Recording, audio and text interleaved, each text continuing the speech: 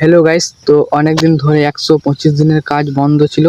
তো আজ থেকেই শুরু হলো 125 দিনের কাজ।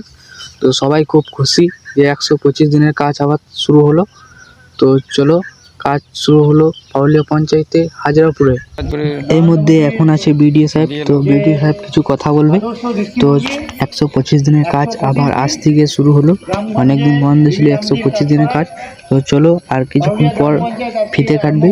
তো সবাই খুব খুশি হয়েছে যে 125 দিনের কাজ আবার শুরু হলো। তো চলো প্রো ব্লগটা দেখো, আর কিছু কথা বলছে শোনো। আমাদের মন্ডল সভাপতি জেএস সুমনবাবু, ব্লক আধিকারিক সহকারী বিডিও সাহেব। খুব বৃষ্টি পড়ছিল, তার জন্য টিউবওয়েলটাকে সবাই উপর দিয়ে ধরেছিল। তো চলো এবারে ফিতে কাটবে, দেখাই তোমাদের।